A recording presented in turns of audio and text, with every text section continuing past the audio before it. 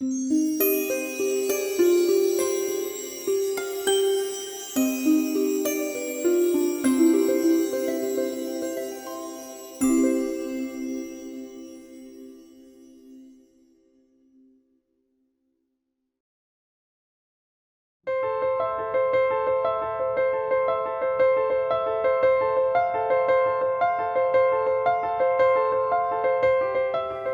به نقاشی علاقه‌مند بودم ولی هیچ تفکیکی برام نبود، نقاشی خوب بد اینجوری چه چیزی با من ارتباط داره. فقط نقاش کشیدن برام مورد علاقه بود. طوری که من توی تهران توی ساعت سازی که کار میکردم، مسیر من از ساختمون پلاسکو بود. درون ساختمون پلاسکو نقاشی بود به نام آقای داداشی. همیشه اوستای من دعوا داشت که چرا دیر میای، چون تو مسیر همیشه نیم ساعت یه ساعت من باید این بینیمو میچسبوندم به شیشه آقای داداشی و اون کارشو میدیدم. با این قلم چتریا کار میکرد، کیف میکردم. سلیقه‌م اونجوری بود. دوره راهنمایی دیگه بازم همچنان تو اون فضا بودم. حالا یه ذره کشش پیدا کرده بودم، به کارهای موریلو کپی میکردم و البته اونجا شور زندگی خیلی رو من تاثیر داشت. جلوی دانشگاه که همیشه من رد میشدم اینو خریده بودم، خوردمش نخوندمش و بعد شدیداً اون فضای ونگوگ منو با خودش برد. یه ذره مثلا نقاشان روسی دیگه رپین داشت شروع میشد اواخرش. بعدم گاهی میرفتم طبیعت طراحی میکردم تحت تاثیر ونگوگ.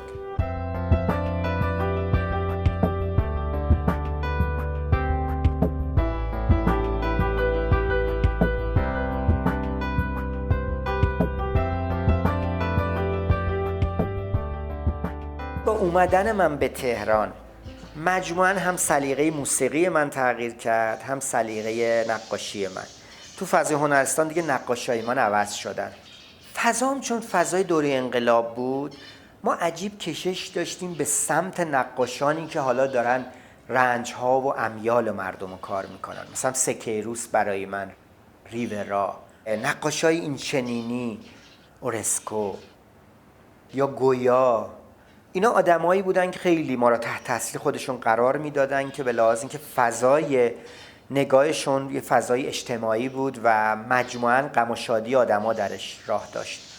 اما بعد از دوره هنرستان دوباره وارد دانشگاه شدم، با مباحثی آشنا شدم که مثلا تا به حال به موضوع نگارگری و نقاشی ایرانی دقیق نشده بودم. اون دوره با فضایی که آقای پاکباز ایجاد کرده بودن این ارتباط ایجاد شد و آروم آروم فضای نقاشی عمیق‌تر، وسیع‌تری را تدارک دید برای من و یه جوری هم نه اینکه خیلی بخوام اغراق کنم، با فضای معاصر و مدرن اون زمان که آروم آروم خودش تو دانشگاه جا مینداخت آشنا شدم، طوری که اواخرش دیگه میتونم بگم فضای کار من خیلی تحت تاثیر نقاشایی مثل کیتاج و دیگه هاپر، فضای این چنینی داشت می اومد سراغ من.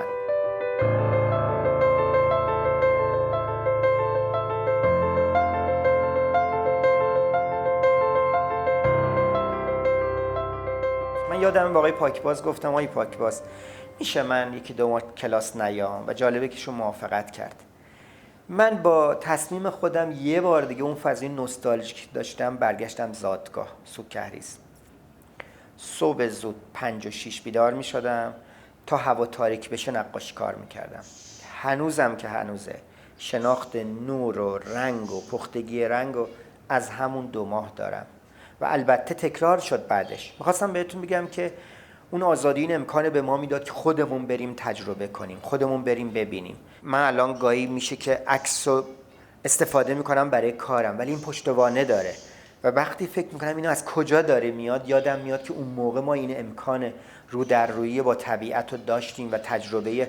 مثلا من دائما طراحی میکردم، خیلی ما خودآموخته بودیم. یعنی من الان شاگردایی که به من رجوع میکنن بعد از 2 جلسه دیگه دلواپسی ندارن، چون یاد میگیرن که بابا گند بزنن خراب کنن. من 10 سال موقع طراحی دلواپس بودم، همش فکر کنم باید این طراحی درستی بشه، خوب بشه.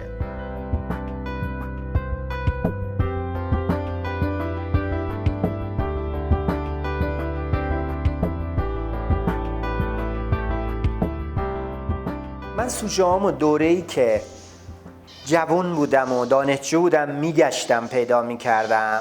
حتی یادمه دوره راهنمایی میخواستم یه موضوعی رو کار کنم، 2-3 روز مخمو فشار میدادم، میخوابیدم تا یه موضوع گیرم بیاد. یادمه که بعد در نهایت یه سری درخت و مثل که از پایین خوابیدم دارم میبینم کار کردم. یادمه گیر آوردن چقدر طولانی بود. دوره دانشجویی کمتر میگشتم، ولی باز میگشتم که روم چه موضوعی فوکوس کنم. اما دوران بعدی موضوع منو پیدا میکردن. یعنی اصلا راه میرم میاد میگه میشه منو به عنوان موضوع قبول کنی، و این اتفاقا تبدیل به یه مشکل من شد.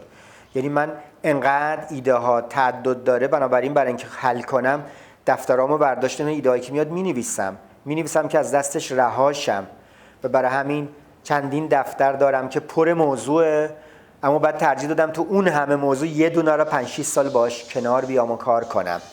از جایی که من الهام میگیرم یه فضای بیرونی داره، زندگیه، ساده ترین اتفاقاتی که امکان نداره یه نفر اونو موضوع بدونه به چشم من میاد و در نهایت با بودنش پیش من و راه به کارهای من پیدا میکنه.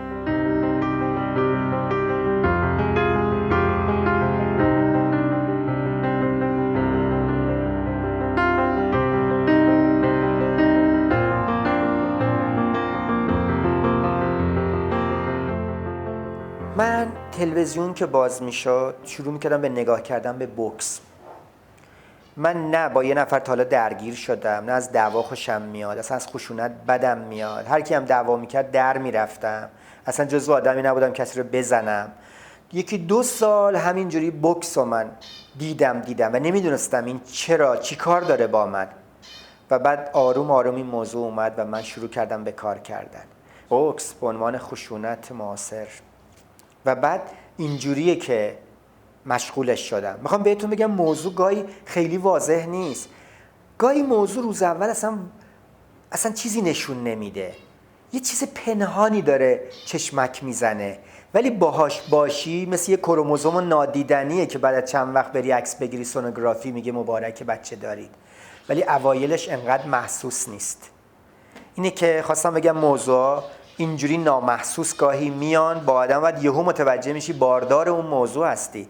چون من به موضوع زایش فقط برای زنها قائل نیستم، هنرمندم. یه جوری یه موضوع مثل یه کروموزوم ای دست میاد، باروری باهاشی داری، بعد یهو میبینی وزن حمل کردی و باید بری یه جا موضوع رو به دنیا بیاری.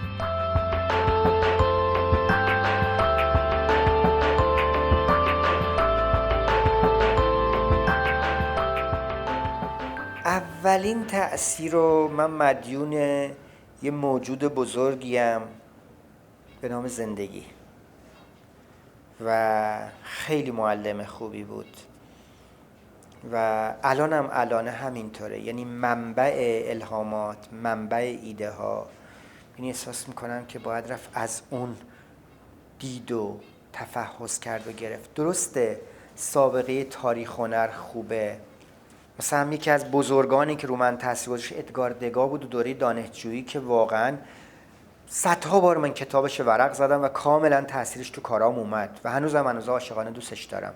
به لحاظ نوع کمپوزیسیونا، به لحاظ نوع فضای رنگی، به لحاظ حس تو طراحیش، نوع تکنیکش، چیزایی بود که خیلی به من کمک کرد.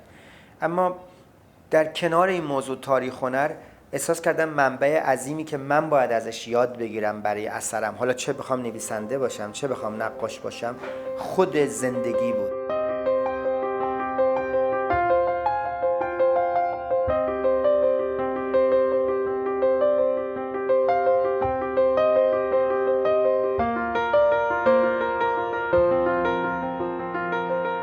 من هم به یاد کودکیم هستم، یعنی کودکی رو من مؤثر بوده، هم اونو تبدیل به چیزای دیگه کردم. وقتی دخترم 4 سالش بود، جهان نقاشیش، اونم برای منی که حالا دانشگاهم تموم شده از نظر خودم فکر میکنم یه نقاشم، کارای دخترم در 4 سالگی رو من انقدر تأثیر گذاشت، احساس کردم چیزی من کم دارم. دیدم فی‌البداهگی، سیالیت، روانی، امکان بازی که یه کودک داره من ندارم. دوباره رجعت کردم به جهان کودکی.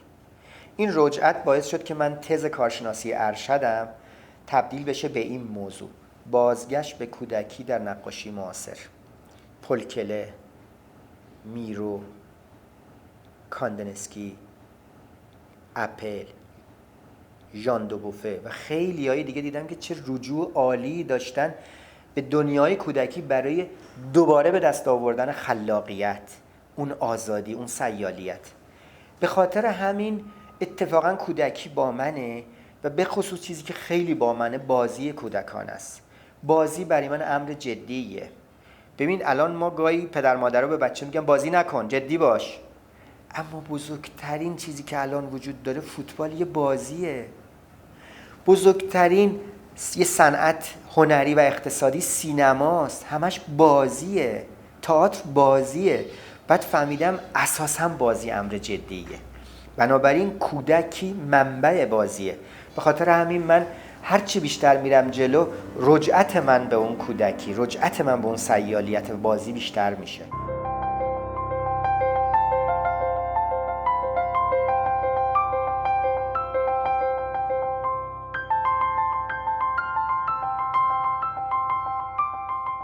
پروسه تولید اثر یه جوری متفاوته، یه شکل نداره. گاهی تو اتفاقات، گاهی یه فضای فی‌البداهه هست، گاهی یه ایده‌ای اومده و خودشو به شما اثبات میکنه و رشد میکنه، باید انجام بدی. یه ذره شکلاش متفاوته، ولی یه سری ایده ها میان که باید حذفش میکنی. اما یکی میاد که دیگه قادر به حذفش نیستی، میگی خودشه، اینه. بعد اونجاست که اولین کار باهاش بودنه، با اون موضوع بودنه در تا رشد بکنه. آشنایی باهاشه و رفتن باهاشه. مثلا شاید گاهی مثلا لازمه که عکاسی کنی از اون موضوع، گاهی لازمه که هر جا که اون موضوع رو تو تلویزیون گیر میری اون فیلم رو گیر بیاری ببینی. هی شکلای عدیده‌ای داره و بعد یه جایی میاد که احساس کنی دیگه بهش مسلطی، دیگه با توئه. بعد حالا ابزارشو گیر میاری، امکان داره اون موضوع وسایل خاصشو میخواد، شاید حجمه، شاید نقاشیه، شاید تکنیک خاص خودشو میخواد. در ضمن نرمم باید باشی. بعضی مواقع شما خیلی قصد موفق شدن تو اون کار داری و خیلی علاقمندی از قبل، همه چی مشخص معلومه، یعنی همه چی. البته بعضی از نقاشا داریم خب اینجوری کار میکنن، همه چی معلومه، متریال معلومه، مینویسه، ابعاد معلومه، اینجوری میره. من اونجوری نمیتونم کار کنم، نه اینکه اون بد باشه، من جز اون آرتیست نیستم. من خودمو در خدمت اون موضوع قرار میدم، اما نسبت به دنیا آوردن تولید اونم نرمم. یعنی اگه در حین کار که بنا بود اینجا آبی بشه، یا این آبی نشد، یا میبینی این ابعادی و ابعاد تغییر کرد. یعنی هی شکل پروسه انجامش هم نسبت بهش خیلی نرمم و در نهایت یه جایی میرسه که احساس میکنم کافیه، ولی اینم جایی خیلی معلومی نیست. یه لحظه برای اینکه بدونم کافیه نه از کار فاصله میگیرم، کارو نمیبینم. بعد از یه مدتی میبینم نه کافیه. چون همیشه موقعی کار کردم من وسواس زیاد دارم، احساس کنم باید زیادتر حرف بزنم. اما به محض که از فاصله میگیرم میگم نه دیگه کافیه دیگه، زیاده گویی چرا داری میکنی؟ یه جوری فضای من خودشو به من نزدیک میکنه، ولی بعد مهندسی میشه. اونجا اول مهندسی نمیشه اصلا.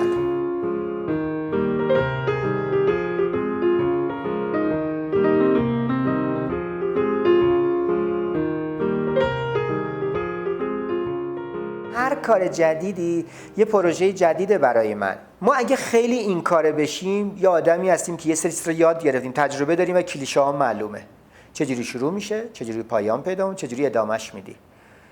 در صورتی که هر کار جدیدی درست یه کلیاتی میدونی، ولی من میذارم تو جاده خاکی برای اینکه فضای جدیدی برام بیاره. خب من میدونم این رنگ آبی تو اون کارام خیلی عمیق خوب بود، ولی بهش شک میکنم، دوباره یه جور دیگه عوض میکنم، یه بار دیگه یه کار دیگه انجام میدم. اصلا به خطر انداختن هنرمند یکی از لازمه های کاره که من واقعا تا کار تمام بشه اصلا نمیدونم، مثلا نمیدونم کار کی تمام میشه.